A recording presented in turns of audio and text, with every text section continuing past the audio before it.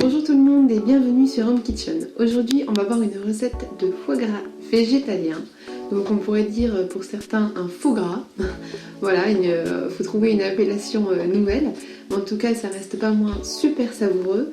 Alors je vous avoue que d'habitude c'est plutôt une recette que je sors pour Noël. Mais en ce moment il fait tellement pas très beau je trouve pour un mois de septembre. En tout cas moins beau que d'habitude. Qu'on a envie de se faire des petites recettes réconfortantes d'hiver.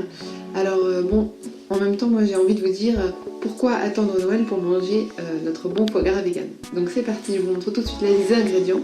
C'est assez court et l'assaisonnement dépend de tout à chacun et de ce qu'on aime, mais c'est facile à faire. Pour notre foie gras végétalien, on aura besoin de 250 g de noix trempées. Donc moi je les ai fait tremper la veille, là ils sont égouttés, donc je précise bien que c'est 250 g de noix secs, donc forcément qui pèseront plus lourd après qu'on les ait fait tremper la veille. On aura également besoin de 200 g de châtaigne, environ 100-120 g de tofu fumé, ensuite de champignons séchés. Donc moi je prends un mélange forestier que j'achète à Intermarché très basique, de la marque Repère, ça vaut environ 1,20 € celui-là. Il y a plusieurs champignons différents, mais après il y en a qui ont seulement des cèpes ou seulement des shiitake, ce qui peut être très bon aussi. Il en faudra environ 20 g, donc avec un peu comme ça on est bon, parce qu'il y a environ 50 g par pot. C'est des champignons déshydratés qui du coup vont avoir beaucoup plus d'arômes et vont dégager beaucoup plus de puissance que juste des champignons de Paris. Voilà. Ensuite pour l'assaisonnement, là ça ce sont nos ingrédients principaux. Vous pouvez aussi rajouter des oignons ou échalotes bien caramélisés pour le petit côté sucré, mais moi en général j'aime bien les ajouter au-dessus du foie gras, pas forcément dedans. Et pour l'assaisonnement, on aura besoin d'un petit peu de sauce soja sucrée. Moi je mets une cuillère ou un bouchon plutôt de Calvados, c'est un alcool normand de pomme, mais vous n'êtes pas obligé, vous pouvez mettre l'alcool que vous préférez, comme un vieux cognac par exemple, ça fera très bien l'affaire. Et ensuite bien sûr du sel, donc moi j'ai du sel et du poivre blanc.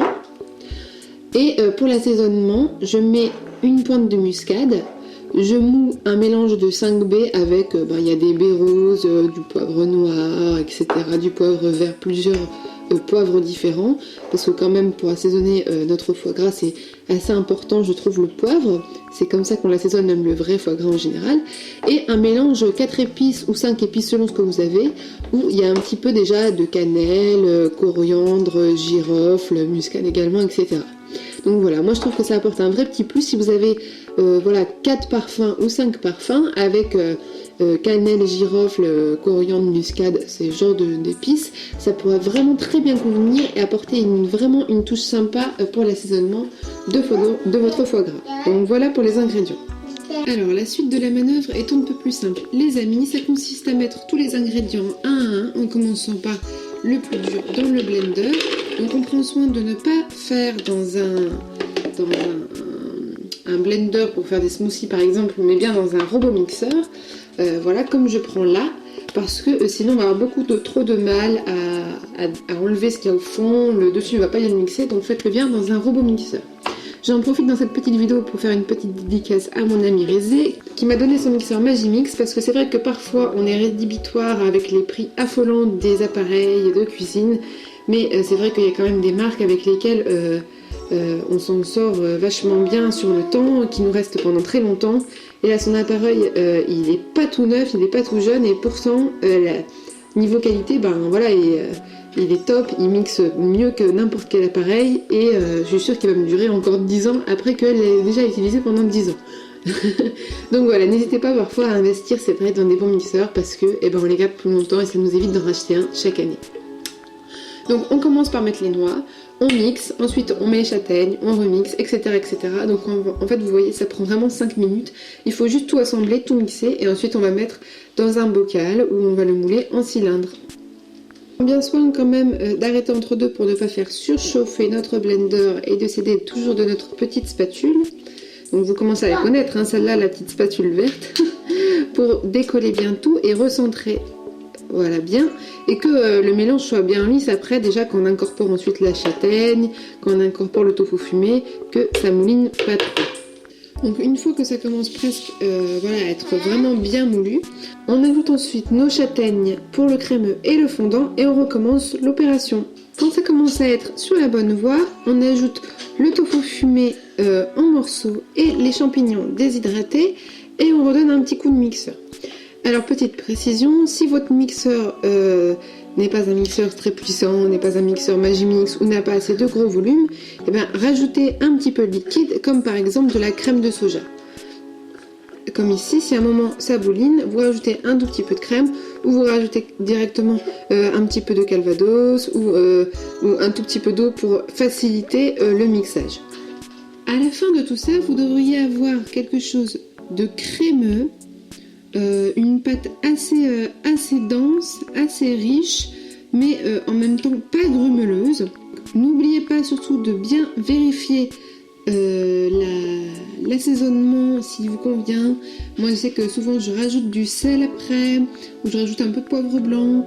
N'oubliez pas de rectifier, de voir si ça vous plaît. Voilà, ça fait un pot comme ça. Donc il y en a pour un grand bocal ou même deux. Et donc on va mettre cette préparation au frigo pour que tous les éléments finissent de s'unir, que le goût se développe encore plus, que le pâté soit bien moulé dans une forme cylindrique. Donc voilà.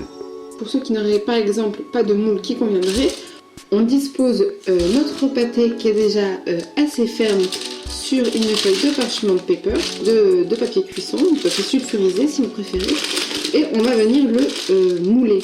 Donc en fait on va venir presser toute la feuille autour pour faire en fait comme si on roulait un sushi, comme si on faisait un saucisson, on fait la forme, on le façonne nous-mêmes. Donc en fait vous ne touchez jamais le pâté avec vos doigts, simplement vous pliez la feuille comme si vous faisiez de la pâte à modeler, vous le façonnez un peu, vous le faites couler pour voir ce que ça donne, et ainsi de suite, jusqu'à donner un bon saucisson, un joli rond, que d'ailleurs vous allez ficeler comme un bonbon. Et donc quand vous sentez que c'est bon, après plusieurs fois de façonnage, vous faites cette méthode du pliage, je roule comme un boudin, je recommence, je reviens, et que ça vous paraît bien, et bien là vous pouvez tout simplement, ça y est, le fermer, le ficeler comme un bonbon, comme parfois c'est vendu en supermarché. Voilà, en resserrant de chaque côté, et ensuite on va le ficeler comme ceci. Et vous allez le mettre au frigo, il va durcir, il va se raffermir, et vous allez pouvoir le couper en tranches, le tartiner. Aussi tous les arômes vont mieux se mélanger, il va vraiment avoir un autre parfum après une nuit au frigo, plutôt que juste en venant d'être mixé comme ça. Donc vraiment, il faut vraiment l'apprécier, je pense, voilà, le faire et le laisser une nuit au frigo, façonné de cette façon. Et comme ça, vous verrez le résultat vraiment après, un résultat vraiment objectif. Et voilà, j'espère que tout le monde a réussi à faire sa papillote de foie gras. Moi, je vais vous mettre ça au frigo. Je sais que je ne suis pas pressée pour le manger. Je vais pouvoir préparer mes toasts tranquillement demain. Peut-être pour un petit repas en amoureux. Faire un petit chutney d'oignons ou de déguster ça à l'intérieur de figues séchées. C'est super bon avec des figues. Donc voilà. Recoucou, alors ça y est, on est le lendemain. Je vais démouler notre foie gras. J'ai fait toaster des petites tartines de pain aux céréales au four. Et avant de le sortir, je voudrais juste vous donner quelques derniers petits conseils pour anticiper peut-être si vous avez des difficultés dans les commentaires. Donc premièrement, si votre mixeur mouline un peu ou qu'il a du mal à tout mixer, tout simplement divisez la quantité par deux et faites-le en deux fois. Vous faites une première partie où vous mixez une première fois et où ça va aller très bien du coup parce qu'il y a vraiment une plus petite quantité. Et ensuite, la deuxième partie, ensuite, vous remixez une deuxième fois et rien ne vous empêche après de remettre le tout vu qu'il sera complètement mixé pour un dernier petit mélange pour être sûr que ce soit bien homogène. De cette façon, je pense que vous n'aurez pas de mal. Deuxième conseil, toujours aussi par rapport aux choses de mixage, parce qu'en fait c'est la seule chose qui est peut-être un tout petit peu fastidieuse dans cette recette, et ça dépend aussi parfois des qualités de mixeur, etc. Mais même avec des mixeurs basiques, vous pouvez très bien arriver. Moi avant j'avais vraiment des mixeurs que j'achetais même en brocante, etc. Donc il n'y a pas de souci. Donc voilà, soit vous le faites en deux fois, vous pouvez aussi ajouter, donc comme il est dit dans la recette, la sauce soja sucrée ou le tamari, avec le petit bouchon de calva, où vous pouvez aussi mettre du morteau, qui doit être très bon dedans, ou un autre alcool que vous aimez d'ailleurs, et un tout petit peu de crème. De ce fait, avec l'ajout d'un tout petit peu de liquide, ça va aller aussi mieux. Aussi, n'oubliez pas de bien arrêter le mixeur et pas vouloir tout faire en une fois. Prenez le temps d'enlever avec la cuillère ce qui est très mixé au-dessus et pas encore au-dessus.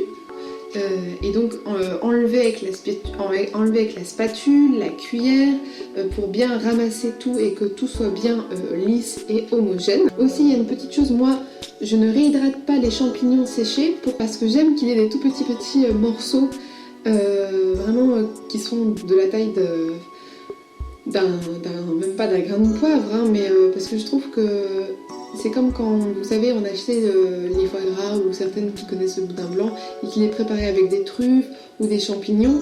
Moi je trouve que ça apporte quelque chose et que c'est sympa même au visuel. Mais si vous voulez vraiment que ça soit très lisse et uniforme totalement, sans qu'il y ait une seule petite poussière noire de ce champignon, ben, tout simplement réhydratez-les avant et de cette sorte ils sont complètement incorporés sans même que vous ne voyiez la couleur. Ensuite, pour ce qui est des ingrédients, vous pouvez switcher, c'est-à-dire que si vous ne trouviez pas de champignons séchés, ce qui est quand même rare parce que moi je les trouve dans les intermarchés, les carrefours, vous pouvez prendre par exemple des shiitake, où vous pouvez varier avec les sortes de champignons qui peuvent vous tomber sous la main du moment que ça reste sec.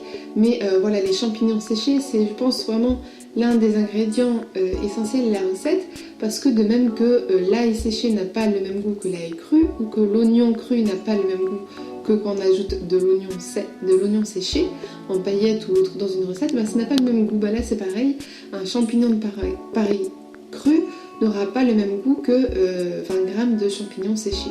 Et là encore, les possibilités sont énormes parce qu'avec le shiitake séché, c'est merveilleux. Ça se trouve en général au rayon, vous savez, chinois, mexicain, etc. de vos supermarchés. Ou sinon, vous pouvez prendre, comme moi parfois, un mélange de champignons forestiers séchés comme je vous ai montré. Moi c'est la marque Repère, ça coûte 1,20 €, c'est bon, c'est pas la Bérésina, hein, ça reste cool. Et il y a différentes sortes, il y a même des cèpes séchés, d'autres choses. Parfois ça se trouve pas au rayon chinois, ça se trouve au rayon assaisonnement, voilà. Et si vous n'avez pas de tofu fumé, vous pouvez aussi ajouter ce qui est très bon et ce qui est très crémeux, du tofu lacto-fermenté au tamari, ou à la sauce soja si vous préférez, parce que c'est un peu pareil. Le tofu lacto-fermenté, c'est ce qui est au rayon bio à côté de toujours les tofu. Il y a le tofu soyeux, le tofu fumé, les tofu différents goûts et le tofu lacto-fermenté. Il y en a des natures, vous prenez celui au tamari, mariné au tamari. Il va très très bien correspondre avec cette recette, il va apporter une texture très crémeuse. Le tofu lacto-fermenté, on peut l'ajouter parfois pour faire des fromages végétaliens qui vont ressembler après à du fromage à pâte à tartiner type vache qui rit. Quand on le mixe, il devient extrêmement crémeux. Et par exemple, si vous prenez du tofu lacto-fermenté nature et que vous le faites mixer avec de la ciboulette, ça sera divin. Donc voilà ce que ça donne à la sortie. Moi j'ai juste enlevé donc le papier parchemin qui m'a servi à faire le boudin. Voilà, ça se tient parfaitement bien. Ça vous donne une bûche en fait de foie gras. Qui se tient, qui fait des jolies tranches. Voilà, ça reste bien crémeux, mais aussi ça se coupe en tranches. Et sur des toasts avec un petit chutney d'oignon, c'est tout simplement magnifique. Donc j'espère que vous allez tester cette recette. Donc vous voyez un peu mieux ce que je voulais dire par rapport au fait que moi je ne réhydrate pas forcément les champignons séchés. Ça donne un petit aspect, voilà, où on peut avoir des petits morceaux des tout petits morceaux de champignons entre deux, etc. Mais vous pouvez tout à fait les réhydrater avant pour que ça soit plus homogène par rapport à vos exigences et vos goûts. Donc voilà pour la bûche de foie gras. Surtout n'hésitez pas à me dire ce que vous avez pensé et à la tester. N'oubliez pas que le passage au frigo est un peu obligatoire pour cette recette, tout simplement parce que ça raffermit, mais aussi parce que ça décuple le goût. Tous les arômes ont le temps de se diffuser dans notre pâté. Il va devenir bien plus savoureux le lendemain. Comme par exemple lorsque vous faites des plats en sauce type bœuf bourguignon ou carbonate flamande. Ce sont des plats que les chefs préparent toujours la veille et les dégustent le lendemain, tout simplement parce que la sauce est 3 fois meilleure après. Toutes les épices et les arômes ont eu le temps de mariner toute la nuit. Et donc c'est pareil, même si vous aventurez dans les fromages végétalien, et bien vous verrez que le lendemain, le goût est bien meilleur que lorsqu'il vient juste d'être fait après une nuit au frigo. Et si vous n'avez pas le temps, vous pouvez quand même parfois le placer quelques heures au congélateur et ça fera quand même l'affaire. Donc voilà. J'espère que vous avez aimé cette vidéo. N'oubliez pas de vous abonner, de mettre des likes si ça vous a plu. On se retrouve très vite pour une vidéo de pastilla. Voilà, il y a une de mes abonnées qui est très gentille et qui m'a proposé de faire une recette de pastilla. C'est une recette que je fais souvent pour mon mari et que j'affectionne tout particulièrement. Donc ça sera la prochaine recette. Un petit coucou d'ailleurs, elle se reconnaîtra. Sur ce, je vous laisse sur ces impressions.